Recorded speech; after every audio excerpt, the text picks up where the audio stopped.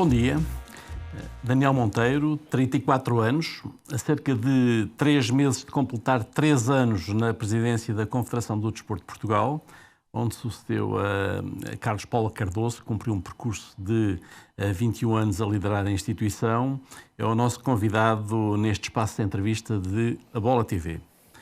Quando estamos a 2 anos dos Jogos Olímpicos de Los Angeles, acabámos de sair de 2 competições importantes, os europeus de atletismo e os europeus de natação e, sobretudo, quando estamos a pensar em qual será a dotação para o desporto no próximo Orçamento de Estado, impõe-se esta conversa, que servirá para que se faça o balanço do último triênio e se estabeleça um ponto de situação relativamente ao presente, projetando o futuro do desporto em Portugal.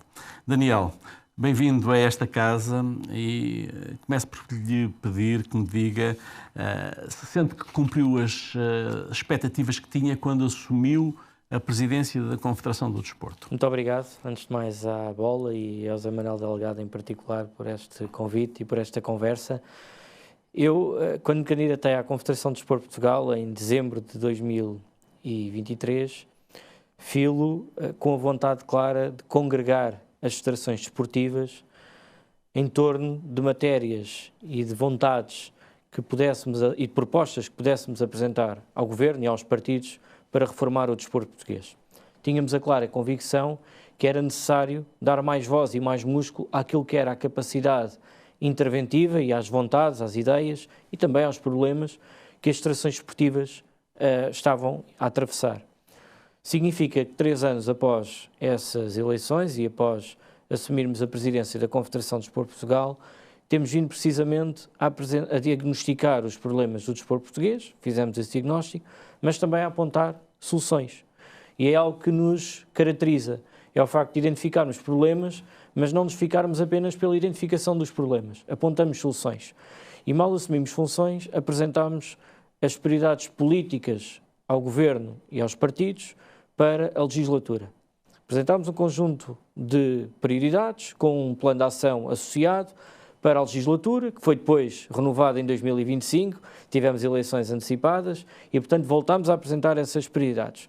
Durante este percurso, apresentámos também uma revisão do regime jurídico do jogo e das apostas online para reformar o modelo de financiamento do desporto em Portugal, nomeadamente às federações desportivas. Apresentámos um pacote fiscal aos partidos políticos e também ao Governo para reformar fiscalmente o desporto e torná-lo mais atrativo e com uma maior valorização e reconhecimento social e também político. Apresentámos propostas no âmbito daquilo que era a relação com a Presidência da República, tendo recebido nas cimeiras de presidentes de federações esportivas os vários candidatos à Presidência da República. Portanto, ao longo destes 3 anos, temos vindo a fazer um trabalho de valorização do papel das federações e de valorização do seu papel de intervenção política.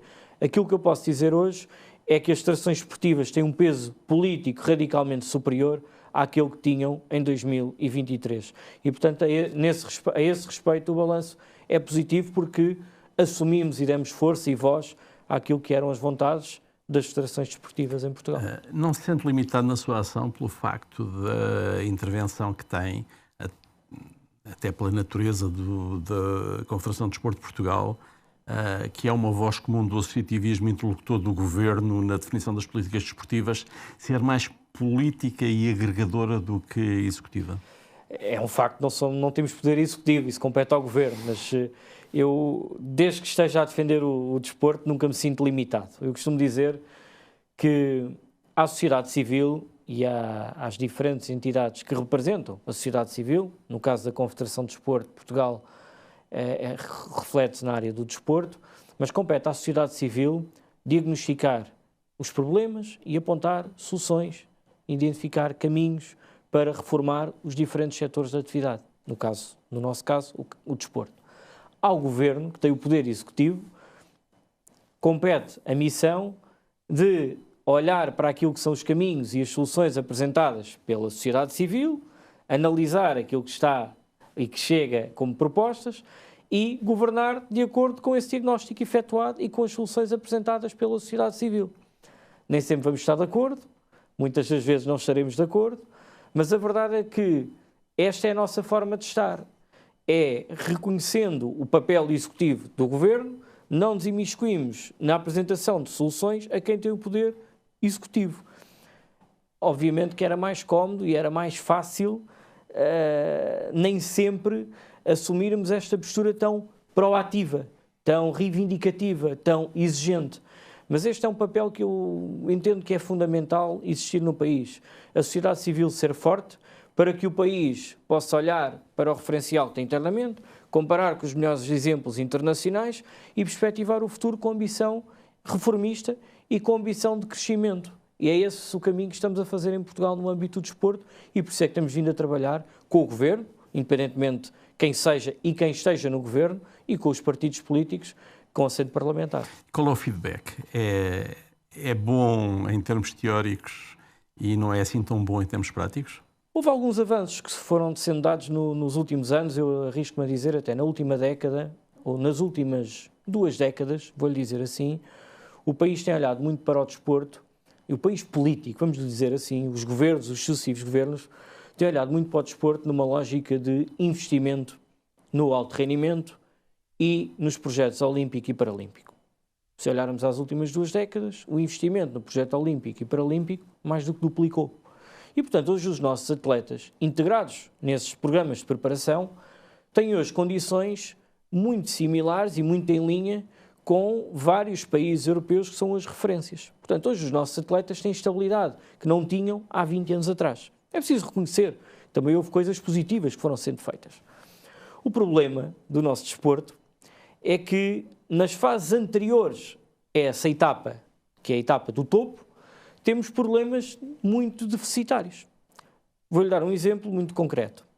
Em 2024, a taxa de abandono desportivo em Portugal, até aos 18 anos, era superior a 80%. Os escalões júniores e séniores, que deviam sustentar o alto rendimento desportivo em Portugal, representam apenas 30% do número de atletas federados em Portugal. Significa que nós temos um déficit estrutural de atletas nas fases anteriores aos escalões séniores e também júniores. E durante esse percurso há uma grande taxa de abandono desportivo. Significa que o país tem que olhar para isto e perceber como é que pode, por um lado, captar, recrutar mais jovens, e mais crianças e jovens para a prática desportiva. Tão ou mais importante, de que forma é que consegue fixá-los no sistema para que estes não abandonem a prática desportiva durante o seu processo de desenvolvimento, dar condições para que estes atletas e os melhores atletas nos diferentes escalões representem as seleções nacionais nas diferentes modalidades, com o país, com o Estado, através das federações esportivas, a suportar esses encargos. É lamentável, para não dizer outra palavra, para não dizer vergonhoso, que hoje um atleta, em várias modalidades, para representar Portugal num campeonato da Europa ou num campeonato do mundo, tenha que pagar do seu bolso essa representação. Eu julgo que isto nos devia fazer corar de vergonha. E isso acontece? Isso acontece em variadíssimas modalidades e em diversos escalões de formação. E também, em alguns casos, em escalões séniores. A que porta é que temos que bater para que isso deixe de acontecer? É preciso olharmos para o fenómeno desportivo, como disse, pensado da base até ao topo. No topo, eu diria que nós, nos últimos anos, demos avanços significativos. Portanto, este é o momento de nos concentrarmos nas fases anteriores. Eu diria que, numa primeira instância, temos de olhar para como é que a criança pode ter formação física e motora capaz, com dignidade, para que aprenda a ter movimentos básicos no seu dia-a-dia. Saber correr, saber saltar, saber cair e também saber brincar. E saber viver sem telemóvel e sem jogos eletrónicos. Precisamente. E, portanto, isso é possível de se conseguir concretizar. Ainda não estamos a falar de desporto. Ainda estamos a falar em formação física e motora. Isso é possível através da escola, através do primeiro ciclo de escolaridade, através da necessidade urgente que temos em dar e em proporcionar educação física, pelo menos 3 tempos semanais, que são as recomendações da Comissão Europeia, para que as crianças no primeiro ciclo tenham formação física e motora que as prepare depois, e não estamos a falar para as preparar para a questão desportiva, para as preparar enquanto cidadão. que é fundamental terem essa formação física. Aliás, esse deve ser o objetivo, o resto vem por acréscimo. Conhecer o corpo, saber desenvolver esses movimentos básicos. E, portanto, é fundamental que, e tal como nós apresentámos ao Governo, uma das prioridades políticas era precisamente, que foi traçada pela Confederação e pelas federações esportivas, foi precisamente a introdução de 3 tempos semanais de educação física no primeiro ciclo de escolaridade, através da coadjuvação, precisamente para preparar as crianças nessa fase. É fundamental, igualmente, também, no âmbito ainda da escola, que o desporto escolar tenha uma integração forte com o desporto federado.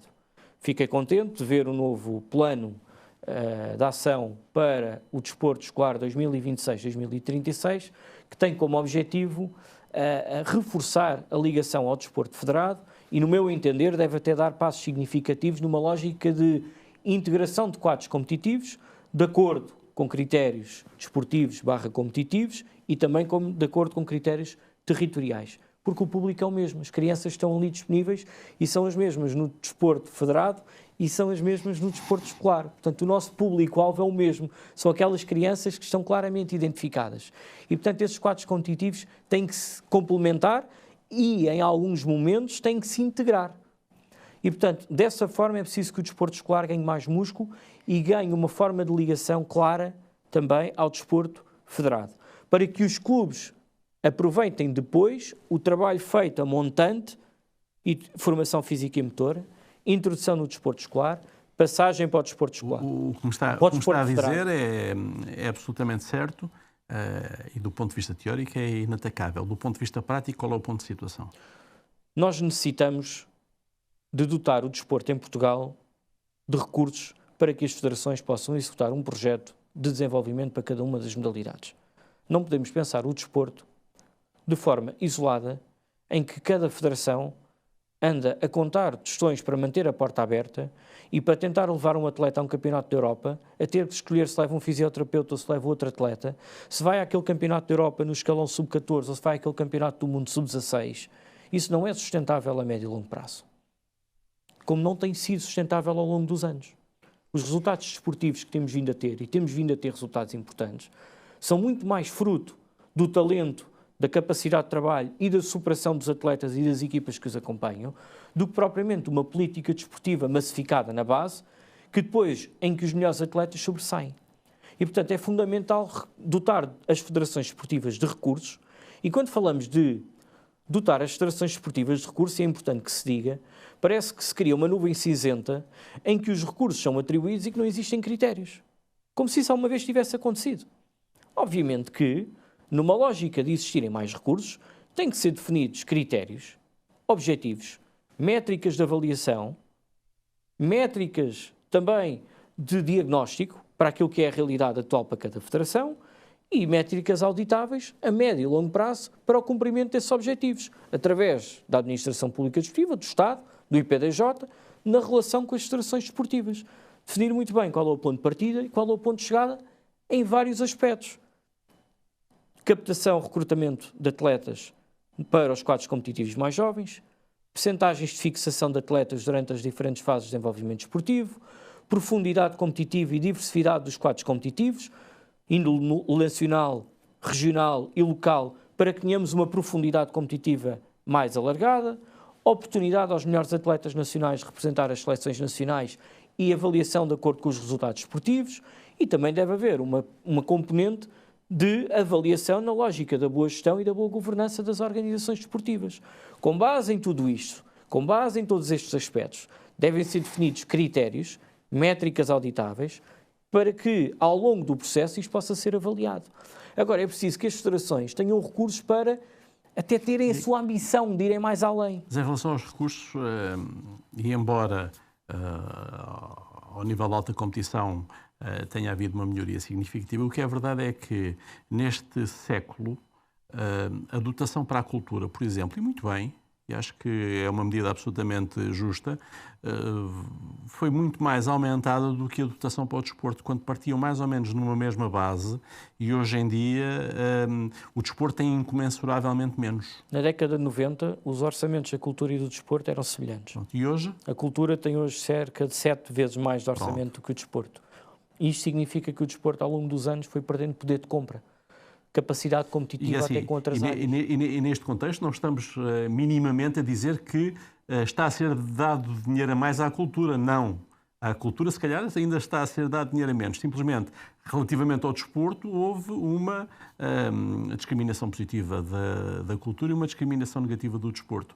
E isto atravessou os partidos que estiveram no poder nos últimos 30 anos, pelo menos. Sem dúvida. E se olharmos àquilo que é a realidade do desporto face àquilo que é a realidade da cultura, basta olhar 3 aspectos essenciais e nós apresentámos-los o ano passado num pacote de reforma fiscal que propusemos aos partidos, em 3 aspectos essenciais.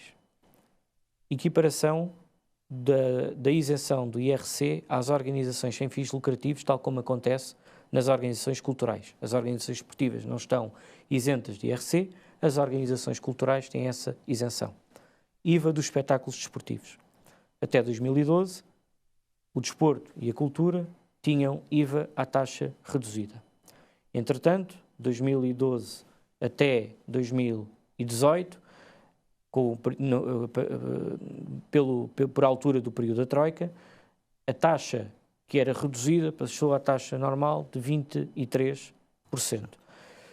Mas em 2019 a cultura voltou a recuperar esse IVA à taxa reduzida.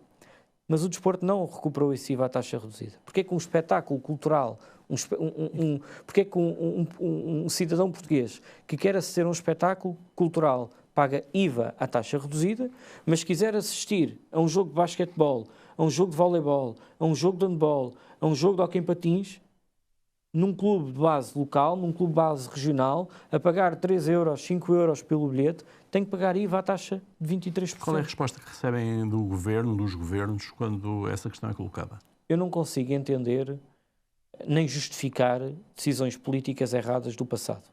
Compete-me a mim encontrar soluções para corrigir essas desigualdades e esses problemas diagnosticados.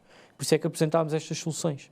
Equiparar o desporto à cultura não é desprezar a cultura, é valorizar o desporto como setor importante que é na construção de uma sociedade mais tolerante, mais respeitadora, mais conhecedora até de um aspecto também ele cultural da identidade do país e, portanto, queremos equiparar o desporto à cultura para que o desporto não seja sobre menos em relação a outros setores de atividade. Não estamos a pedir que a cultura seja desvalorizada. Os governos são sensíveis ao argumento que investir no desporto é, se calhar, depois pagar menos na saúde, pagar menos na educação, pagar menos na justiça. São sensíveis a esse argumento que o desporto tem essa capacidade formadora que pode vir a trazer benefícios a médio prazo. Eu julgo que é consensual para todos que vivemos um mundo com uma crise de valores brutal. Não só em Portugal, mas por todo o mundo. E, portanto, essas crises de valores e com tantos problemas que temos vindo a assistir na nossa sociedade, ao nível da tolerância ou da falta dela, ao nível do respeito ou da falta dele, eu diria que o desporto tem aqui um papel educativo, acima de tudo educativo, de formação cívica, formação social, mas também depois ao nível da saúde, como falei muito bem, naquilo que é a prevenção de doenças a médio e longo prazo. Mas também tem impacto económico. O desporto gera impacto económico. Há estudos recentes que mostram por cada uma unidade monetária e tem um efeito multiplicador de pelo menos 3 vezes mais. Portanto, o desporto também gera retorno económico para o país. É uma falácia pensar-se que investir no desporto é uma despesa para o Estado. Não, é um investimento estrutural que tem retorno nestas áreas que já aqui falámos, a médio e a longo prazo. Mas também deixe-me que lhe diga uma coisa. O nosso papel tem sido, como digo, diagnosticar, identificar problemas, apontar soluções. Nós temos consciência que nós não somos um país rico. Temos consciência que o país tem desigualdades muito profundas em várias áreas. Temos consciência que o país atravessa várias dificuldades em áreas que são nucleares para a sobrevivência de um ser humano e do cidadão em Portugal. E, portanto, por isso mesmo é que apresentámos ao Governo uma proposta de reforçar o financiamento ao desporto em Portugal através de uma receita que é gerada para o Estado, proporcionada pelo desporto. Portanto, não estamos a pedir ao Estado e ao Governo para ir buscar receita a outras rúbricas ou a outras áreas. Estamos a dizer ao Governo que, olhando para uma receita gerada pelo desporto, estamos a pedir que parte dessa receita retorne para o desporto, para não sobrecarregar precisamente o orçamento do Estado. Estamos a falar das apostas esportivas. Estamos a falar das apostas esportivas.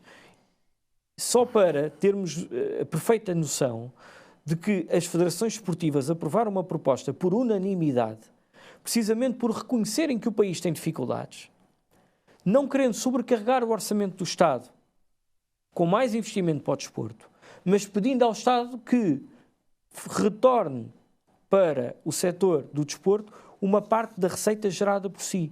A como? Através da criação de um fundo de desenvolvimento esportivo. Hoje em dia, de uma forma muito sintética... Estamos a falar em números em quanto?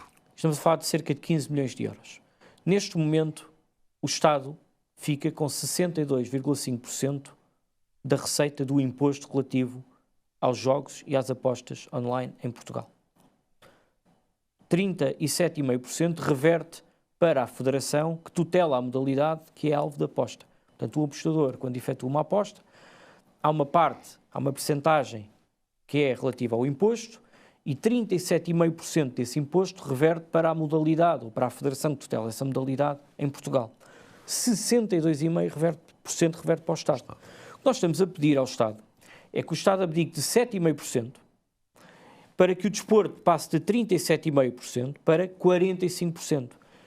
O Estado continuaria a ser o beneficiário principal do mercado das apostas, porque teria 55% da percentagem do imposto, e o desporto ficaria com 45%, sendo 7,5% um fundo de desenvolvimento esportivo, que seria de cerca de 15 milhões de euros pelos números e pelo volume de apostas hoje disponível, pelos números disponíveis, seriam cerca de 15 milhões de euros para investir precisamente no desenvolvimento estrutural das modalidades, nestes aspectos que aqui já falei, com critérios bem definidos, com objetivos muito claros, com métricas auditáveis, para que, de acordo com aquilo que é a definição de prioridades a estabelecer entre o IPDJ e as federações esportivas, as federações que cumpram e deem resposta a estes objetivos a priori definidos, possam depois também ser majoradas, introduzir ambição e introduzir meritocracia, o critério da meritocracia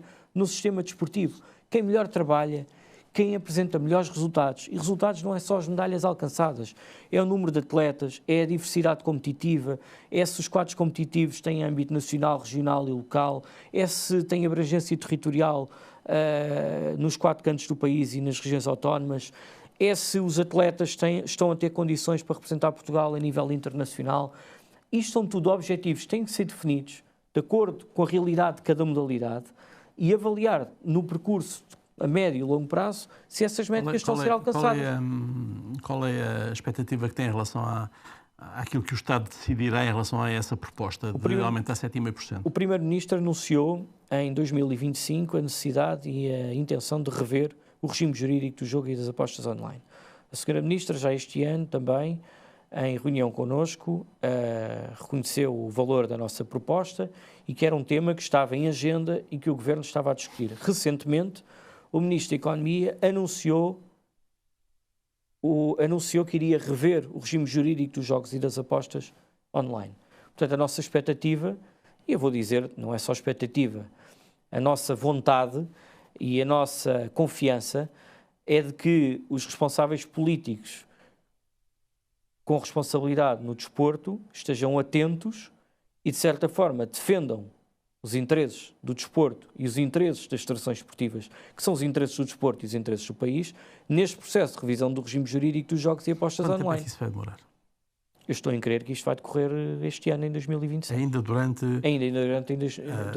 o ano 2026. Não pode ser indexado nada disto à dotação do Orçamento de Estado? Que eu diria, vai estar aí na ordem do dia daqui a um mês.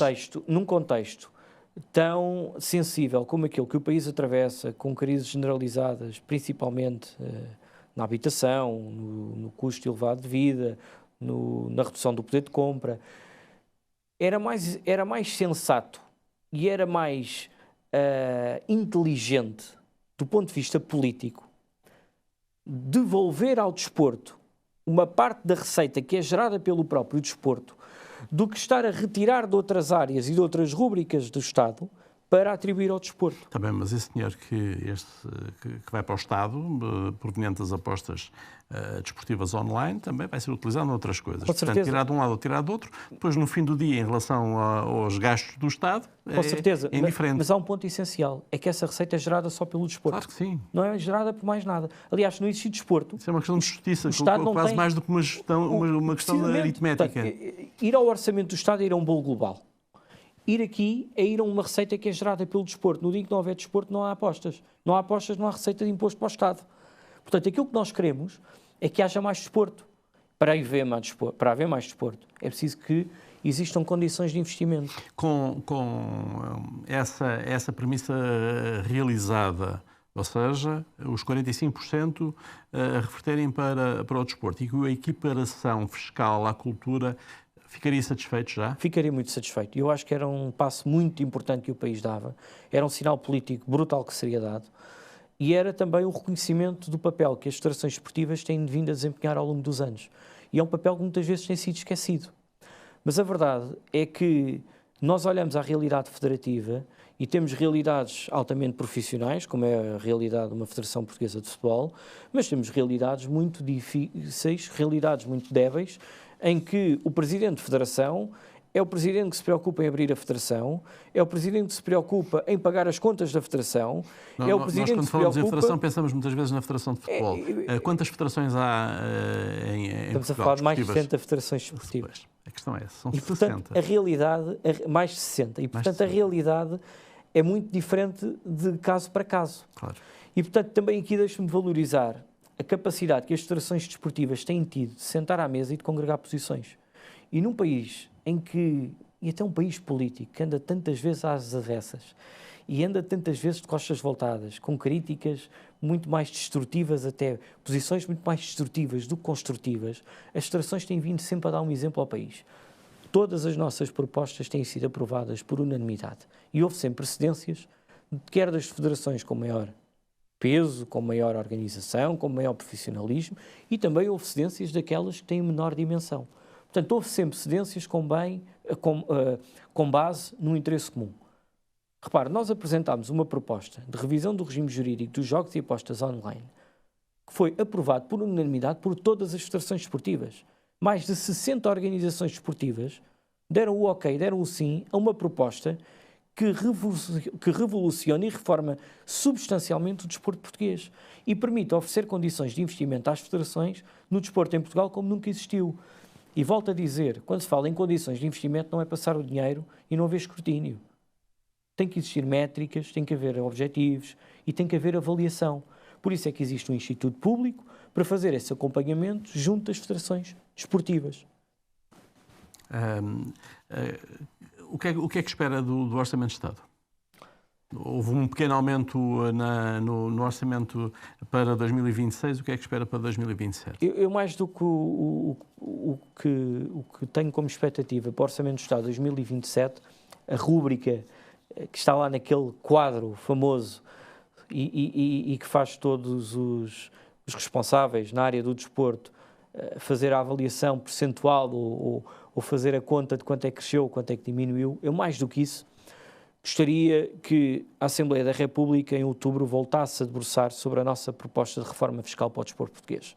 É uma reforma alargada que toca em vários agentes, desde o atleta, ao treinador, ao árbitro, à equiparação à cultura, nestas medidas que já aqui falámos, que se preocupa com o pós-carreira dos atletas, que se preocupa com as famílias portuguesas. Temos uma proposta que permite que as famílias portuguesas possam deduzir em sede IRS as despesas com a prática desportiva como despesas elegíveis no âmbito da saúde. Portanto, é uma proposta muito alargada e que iria dar mais do que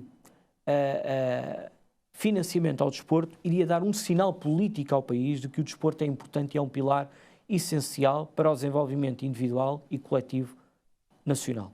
E, portanto, mais do que discutir o Orçamento de Estado, a rúbrica ou a percentagem de aumento, eu gostaria de direcionar o reforço do investimento no desporto para a revisão do regime jurídico dos jogos e apostas online e, através dessa fórmula, introduzir mais 15 milhões de euros no sistema desportivo e na atividade regular e cotidiana das federações esportivas e, através do Orçamento do Estado, gostaria de ver uma verdadeira reforma fiscal para o desporto, com um impacto significativo em todos os agentes e nas famílias portuguesas.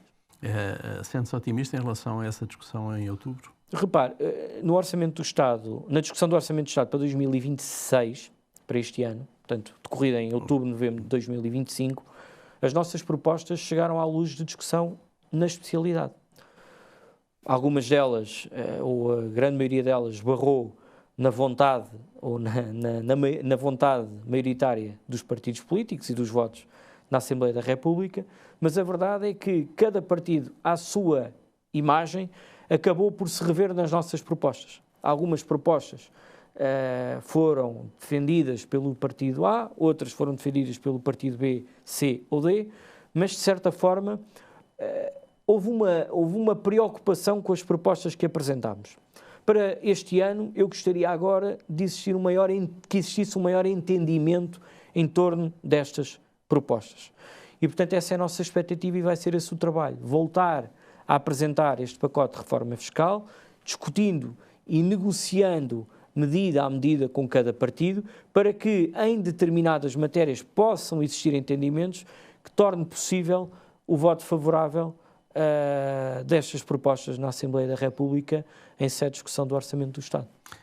Em que ponto está a questão dos critérios para a atribuição de condecorações aos atletas na sequência dos compromissos assumidos pelo Sr. Presidente da República durante a campanha? Durante a campanha presidencial, na Cimeira de Presidentes de Federações Desportivas, recebemos os candidatos presidenciais, entre eles o candidato à data, António José Seguro, hoje Presidente da República. E ficámos muito sensibilizados com a disponibilidade que evidenciou nessa reunião, nesse encontro, para, em primeiro lugar, apresentar critérios de condecorações presidenciais, para que o mérito desportivo não seja condecorado e não seja reconhecido com base na popularidade da modalidade, mas com base no feito desportivo em si. Também para não defraudar as expectativas de quem orgulhosamente representou Portugal, orgulhosamente elevou a bandeira nacional aos mais altos lugares do pódio e, de certa forma, se sente esquecido pelo país e pela mais alta figura da nação. A sensibilidade do Sr. Presidente da República para o desporto é grande, tem existido conversações bastante profícuas com a Casa Civil, apresentámos já linhas orientadoras de acordo com as conversas que têm existido com a Casa Civil, apresentámos uma proposta de critérios e de condecorações à Casa Civil e, portanto, aguardamos que a breve trecho sejamos recebidos pelo Sr. Presidente da República para fechar esse dossiê, como, aliás, já fez saber o próprio, que tem vontade de avançar rapidamente com esse dossiê, para que em breve trecho teremos, para que em breve trecho possamos ter critérios de condecorações presidenciais e, acima de tudo, uma preocupação e um cuidado da Presidência da República, não só para as modalidades mais populares, mas para o setor do desporto como um todo. E eu julgo que esse é um sinal muito importante e vamos ter novidades em breve. Muito bem. Diga-me uma coisa, como é que caracteriza a relação da Confederação com o Comitê Olímpico de Portugal, sendo que quando chegou era o saudoso José Manuel Constantino, presidente do COP, e agora é Fernando Gomes a assumir essa posição. Como é que fluem os contactos institucionais e as interações pessoais? A relação é extremamente saudável, como não podia deixar de ser, acima de tudo com base sempre pelo respeito da missão de cada uma das instituições. Ao Comitê Olímpico compete a missão de organizar e coordenar as diferentes missões sob a alçada do Comitê Olímpico de Portugal, sendo obviamente o foco principal os Jogos Olímpicos, e à Confederação de Desporto compete a missão de congregar as vontades e as posições individuais das federações em posições conjuntas para reformar o sistema desportivo nacional. E, portanto, as relações são naturalmente boas. Conheço o Dr. Fernando Gomes já há vários anos, desde o meu tempo de dirigente e presidente da Federação Química do Desporto Universitário, era ele presidente da Federação Portuguesa de Futebol. As instituições tinham projetos em parceria bastante sólidos e bastante positivos até para o desporto português e, portanto, desde então que essa relação existe e é uma relação bastante boa e saudável. Daniel, uma última questão que também é um desafio. Se tivesse a tutela do desporto em Portugal, quais seriam as primeiras 5 medidas que tomaria e de que meios necessitaria para concretizá-las? Olha, não vou falar de cenários hipotéticos, vou falar com base no trabalho realizado. O meu compromisso com o desporto e com as federações desportivas foi, como aqui já disse, dotar as federações e o setor do desporto de um peso político que não tinha até então. E hoje, permitam-me este orgulho e este regozijo, hoje sinto que o setor e que as federações são muito mais ouvidas politicamente do que eram há uns anos atrás. E com base nisso, dizer que, como também já aqui referi, que o nosso papel não se limita a identificar problemas e a fazer diagnósticos. Vai muito para além disso. Apresenta também soluções. E, portanto, as nossas soluções, e se me pergunta quais é que seriam as prioridades, essas prioridades nós apresentámos ao Governo. Mal chegámos, apresentámos um dossiê que eram as prioridades políticas para a legislatura. Não eram 5, não eram 6, não eram 7, não eram 8, era um plano de ação concreto para cada subsetor do desporto português. E aquilo que nós identificamos como um projeto transversal, da base até ao topo, em poucas palavras, deve ser resumido ao seguinte. Na escola, devemos ter, ainda antes de falar de desporto, educação física no primeiro ciclo. 3 tempos semanais para as crianças terem formação física e motora através da coadjuvação. Para além disso, o desporto escolar deve ter uma interligação muito melhor e muito mais eficiente com o desporto federado. Os quadros competitivos devem se integrar, em certos casos, e noutros casos devem ser complementares. Devemos ter um sistema mais robusto, devemos ter clubes mais organizados, com melhores estruturas, com enquadramento técnico de qualidade, com um corpo dirigente suportado por uma boa estrutura técnica. O mesmo para as associações regionais e territoriais. Devemos aumentar e reforçar a capacidade de recrutamento de atletas, ir às escolas, aproveitar o trabalho desenvolvido no desporto escolar, na ligação com os clubes. As associações regionais e territoriais são muito importantes. Para quê? Para alargar os nossos quadros competitivos. Devemos ter diversidade competitiva. Não podemos ter apenas quadros competitivos a nível nacional. Temos de ter também a nível regional e a nível local, para que a nossa base de atletas seja muito mais alargada. E aí depois possam, os maiores talentos, representar as seleções nacionais. Nesse aspecto, representar as seleções nacionais. Não devem ser os atletas, em muitos casos, a pagar do seu bolso para representar Portugal num campeonato da Europa ou num campeonato do mundo. As federações esportivas têm que ter recursos sólidos para que as seleções nacionais tenham qualidade na preparação e na participação. É fundamental fixar talento. Não podemos desperdiçar o talento construído e, portanto, identificado na base. É preciso que, ao longo das diferentes fases de desenvolvimento desportivo, esse talento seja retido. Não podemos continuar com taxas de abandono desportivo até aos 18 anos na ordem dos 80%. Isso é insustentável para o país desportivo. E, portanto, tudo isto são prioridades fundamentais se queremos ter um sistema mais robusto. E depois, naturalmente, a integração no alto rendimento e a integração nos projetos de preparação olímpica e paralímpica nas modalidades que constam desses eventos desportivos. Dar condições a esses atletas, como já existem hoje, ao longo dos últimos 20 anos foram dados passos muito importantes, como aqui já disse. O problema foi descurar todas estas fases anteriores. E isto é possível como?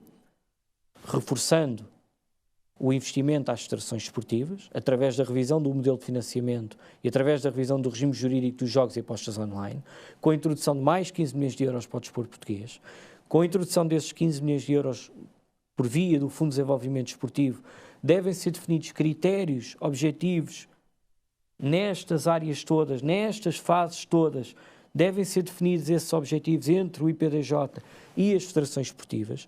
O IPDJ deve escrutinar, avaliar e auditar ao longo do processo se isto está efetivamente a ser cumprido. Devemos majorar quem tem boa gestão, boa governação e princípios de transparência também nas organizações desportivas e devemos majorar quem apresenta resultados. Introduzir um critério que para mim é muito importante, que é o critério da meritocracia e é o critério da ambição que queremos para o sistema desportivo. Majorar quem faz um bom trabalho e quem não está a fazer um tão bom trabalho deve ser incentivado para que possa vir a realizar esse bom trabalho. E, portanto, de uma forma geral, é este o modelo, ou este é o plano de ação que nós identificamos como fundamental para o desporto português. É muito importante investirmos no topo, investirmos nos nossos melhores atletas, investirmos nas nossas maiores referências. São eles que fazem com que os mais novos também se iniciem na prática desportiva. A criação da figura do ídolo é muito importante. Temos vários exemplos em várias modalidades que as crianças e os jovens se iniciaram na prática desportiva porque antes deles tiveram ídolos como referências. Isso é mesmo muito importante. Mas depois não podemos descurar todas as fases anteriores. Sob pena de termos capacidade de investimento neste projeto olímpico e paralímpico, mas não termos atletas a chegar a este topo, porque os atletas, entretanto, nas diferentes fases de desenvolvimento já se perderam pelo caminho. É aqui que o país precisa de olhar, é aqui que o país político e que os responsáveis políticos precisam de olhar e de atuar. E isso só se faz de uma forma. É com capacidade de investimento junto às federações desportivas, devolvendo ao desporto uma receita que é gerada pelo desporto, para que as federações investam estruturalmente, desde as estruturas técnicas, desde as suas estruturas associativas, as associações e os clubes, e também naquilo que são as suas participações internacionais dos nossos melhores atletas. Daniel, muito obrigado. Fica aqui um retrato muito claro, quer nas coisas que têm sido bem feitas, quer nas insuficiências, e creio que se tratou de uma conversa construtiva. Fica a bola agora do lado do Governo, do lado da Sra. Ministra que tutela o desporto, do lado do Sr. Ministro das Finanças, do lado do Sr. Primeiro-Ministro. Serão eles que deverão responder a partir de agora. As propostas foram aqui colocadas com bastante clareza e creio que com espírito construtivo. Daniel, muito obrigado. Nós voltaremos numa próxima oportunidade aqui na Bola TV.